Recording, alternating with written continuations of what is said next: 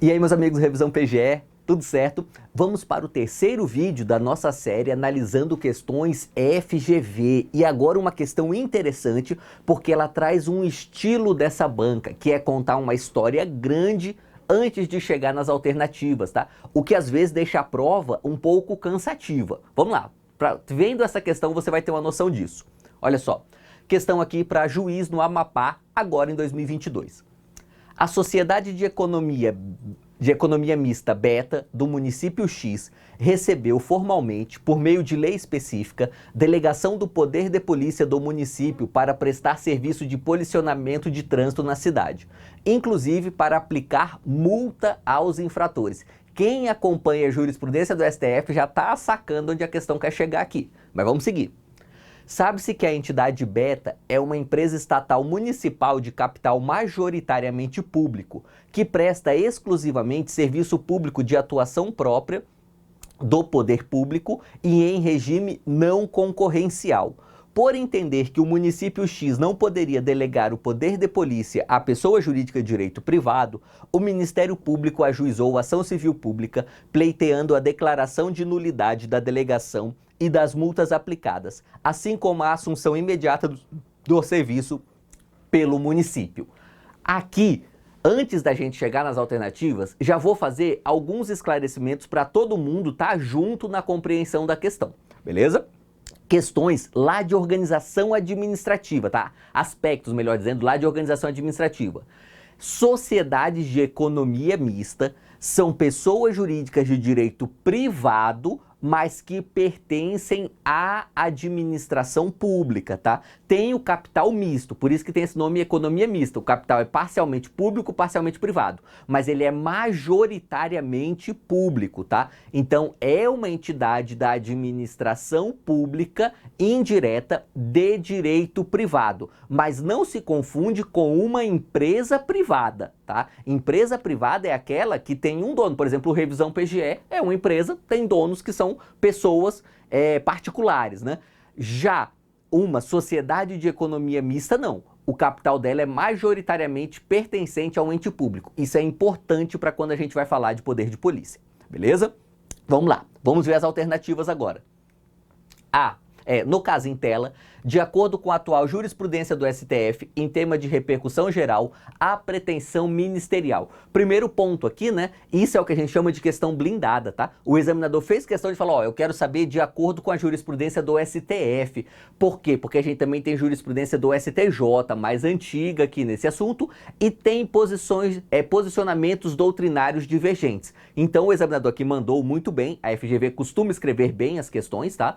E falou, olha, eu quero saber conforme o STF, porque aí ele, vamos dizer assim, ele dificulta muito as possibilidades de recursos e anulações da questão. Não deve ser acolhida, tá?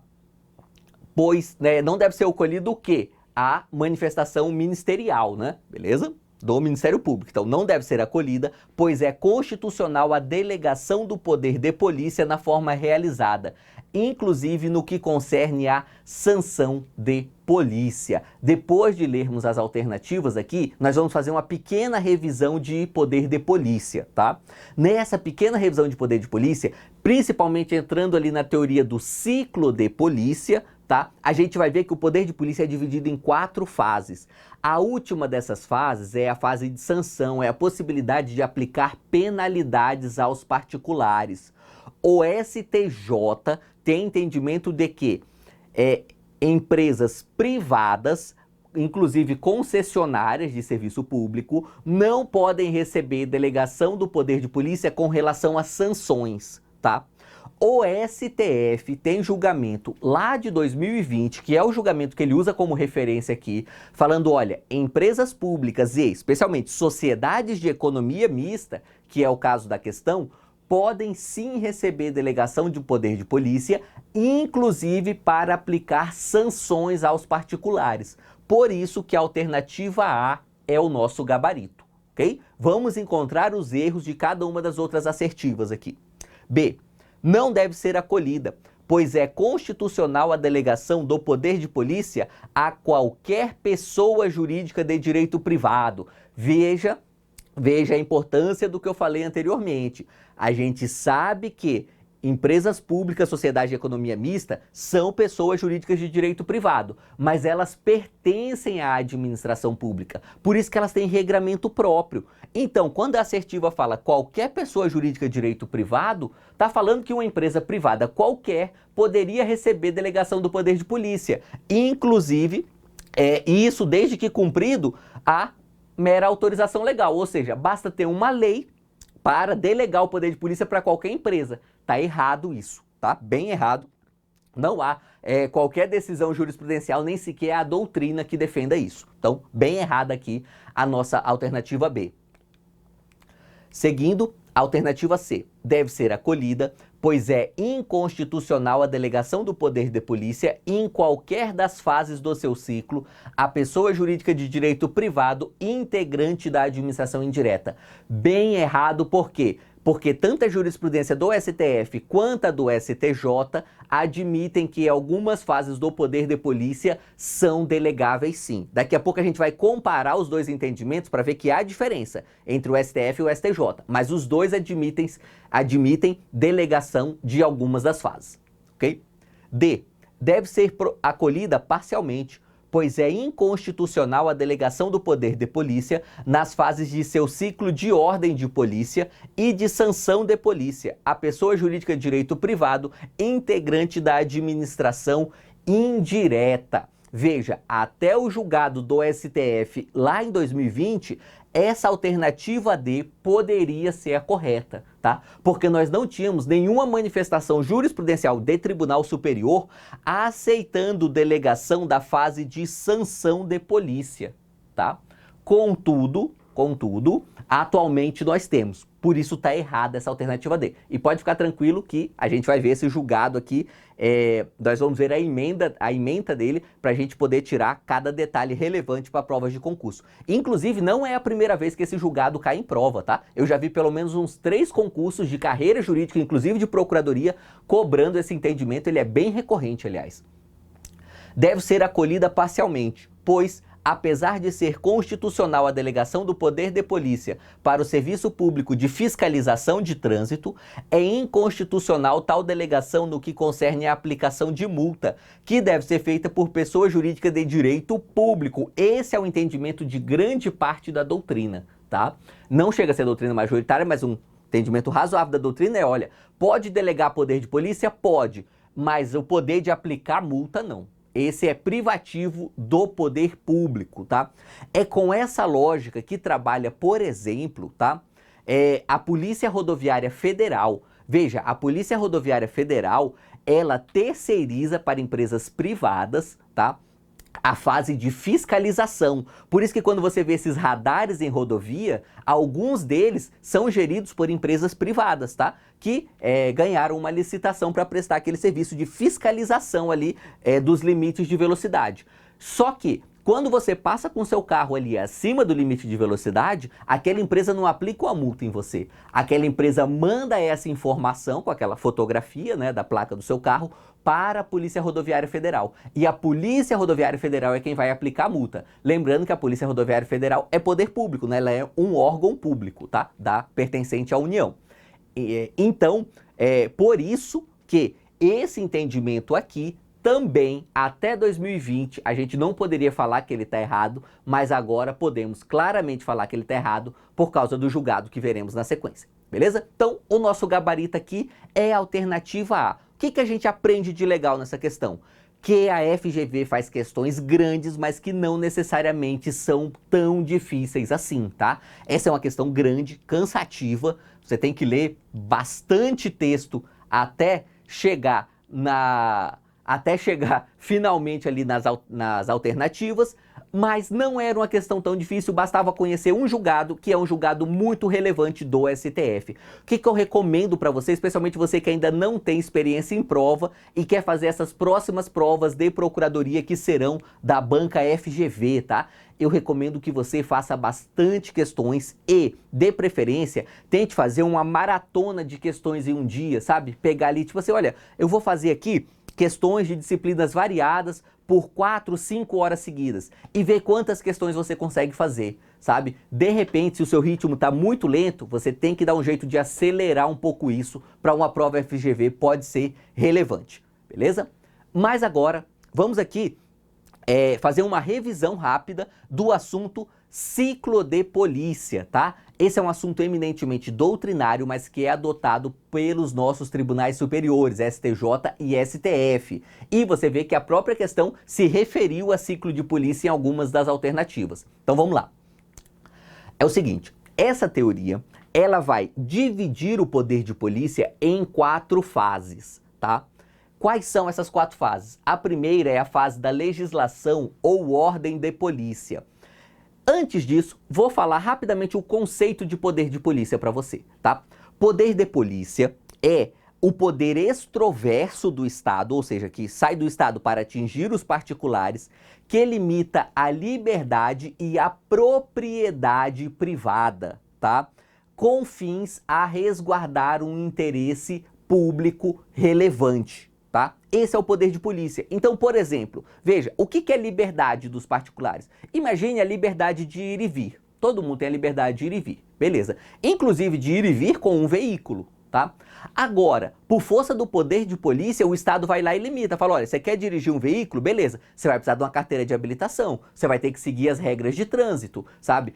Você vai ter que parar no sinal vermelho, você vai ter que andar dentro do limite de velocidade. Enfim, o Estado limita essa sua liberdade de ir e vir com o propósito de garantir a segurança de todo mundo que está trafegando pelas ruas. Essa é a ideia do poder de polícia. Essa teoria aqui divide esse poder em 4 fases. A primeira dessas fases é a fase de legislar. O Estado vai lá e define quais são as regras para o exercício daquele direito, tá? Então, por exemplo, você tem o direito de abrir um restaurante, claro que tem, tá? Só que você vai ter que seguir uma série de normas, inclusive normas da vigilância sanitária. É poder de polícia do Estado, através da vigilância sanitária, por exemplo, fechar um restaurante que não tem um alvará, fechar um restaurante que está vendendo comida estragada, ok? E tudo isso sempre definido em lei. Então, a primeira fase do ciclo de polícia é a fase de legislação ou ordem de polícia. A segunda fase é a fase de consentimento.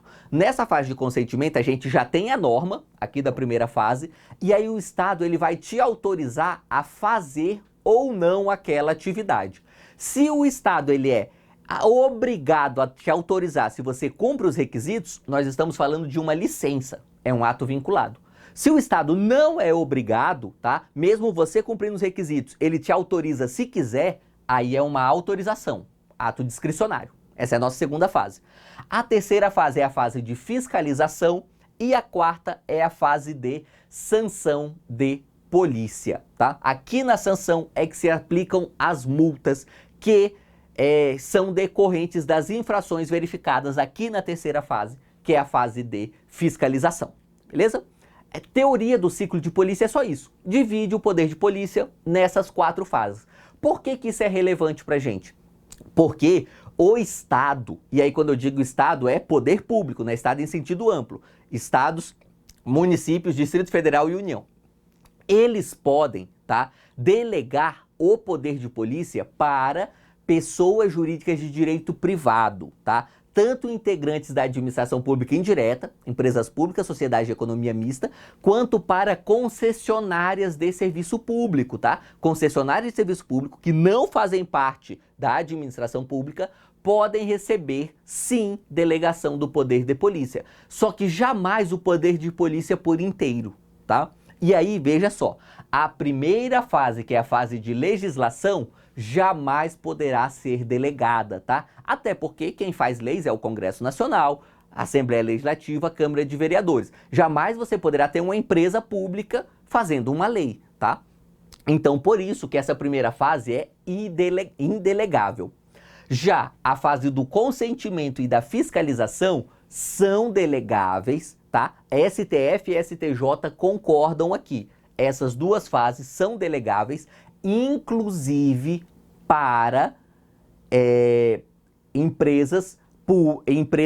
privadas que sejam concessionárias de serviço público, tá? Então veja, empresa privada que não tem capital público podem receber delegação para o consentimento de polícia ou para a fiscalização de polícia.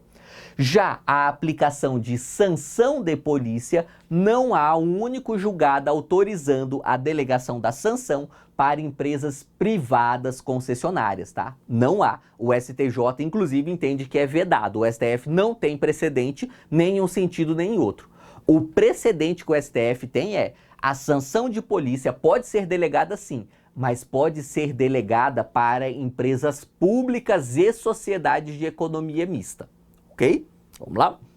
Então, esse é o julgado do STJ. Veja que ele divide nas 4 fases mesmo, ó: legislação, consentimento, fiscalização e sanção, e fala, olha, somente os atos relativos ao consentimento e à fiscalização são delegáveis, beleza? Mas aqui o STJ está se referindo a concessionárias de serviço público, ok?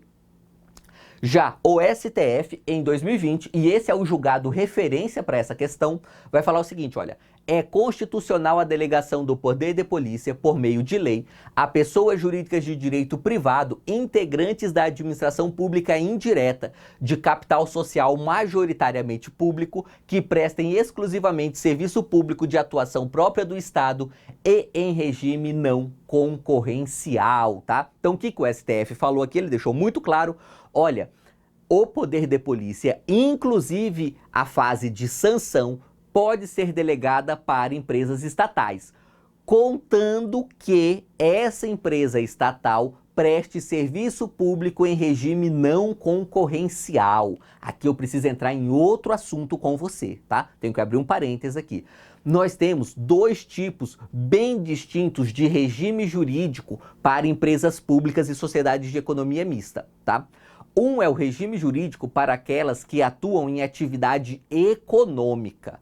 A empresa pública e sociedade de economia mista que atua em atividade econômica, por exemplo, o Banco do Brasil, tá?